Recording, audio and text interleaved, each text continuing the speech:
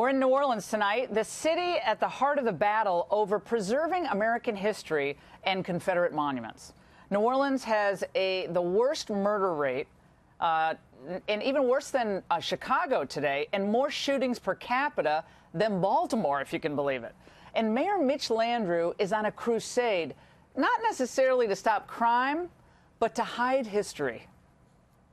These monuments celebrate a fictional, sanitized Confederacy, ignoring the death, ignoring the enslavement, ignoring the terror that it actually stood for. And after the Civil War, these monuments were part of that terrorism, as much as burning a cross on someone's lawn. They were erected purposefully to send a strong message to all who walked in the shadows about who was still in charge in this city. Now, New Orleans took down 4 Confederate statues last May after the city council declared them a public nuisance. There was no vote of the people. Landrieu called the effort a move toward healing. Let's discuss the statues, the mayor's priorities, and what's next with Malcolm Suber, who is a coordinator with the group called Take 'Em Down, NOLA, and Thomas Bruno. He's a board member of the Robert E. Lee Monumental Association. All right, Malcolm, let's start with you. So you must be pretty happy that you took down 4 statues. You got Jeff Davis down, Robert E. Lee is down, you got that Liberty Monument down, and Beauregard, General Beauregard, you got him down. So you got 4 statues down, markers down. What next for you? Well, our name is Take 'Em Down NOLA, and we want to take them all down.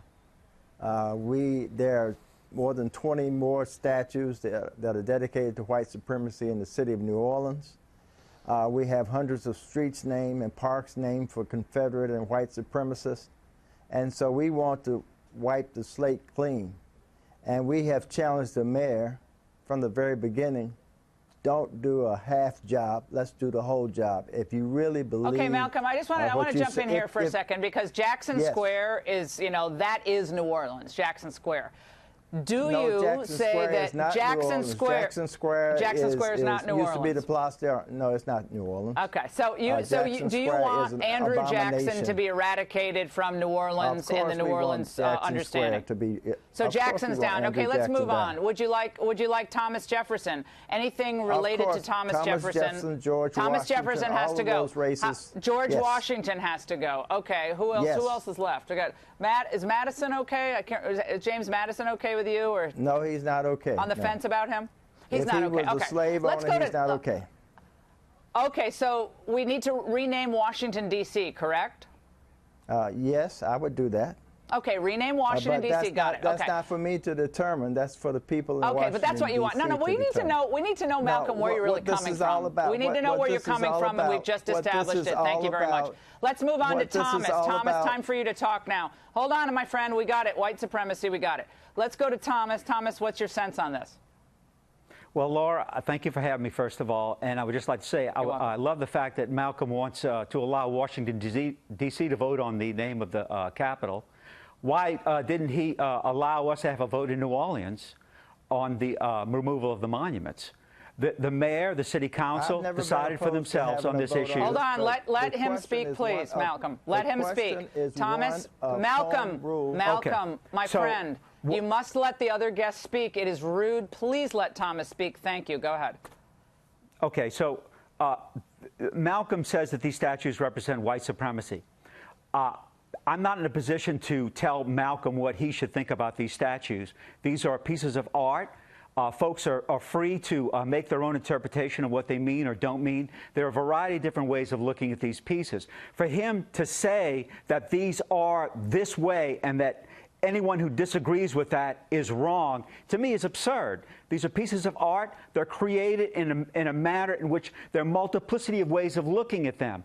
And when historians look at these pieces of art, they have a variety of different ways of interpreting them. When I've been around these pieces of art all of my life, and it never occurred to me for 1 second that they were symbols of white supremacy. In fact, Mitch Landrieu himself said, when Winton challenged him to take down those statues, Mitch said, "What are you talking about, Winton?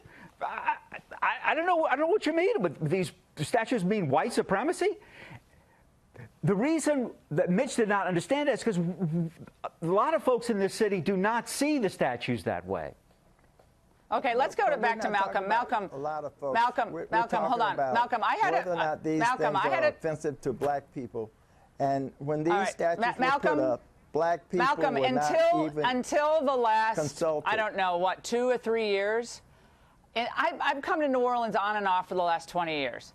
Until the last about 2 years, I hadn't heard anyone talk about the statues in Charlottesville, in New Orleans, in New York, and I hadn't heard anyone until mostly outside agitators came in and said, guess what? History has to be eradicated. We have to rename every federal building. We have to completely change history and context, and we have to get rid of it all.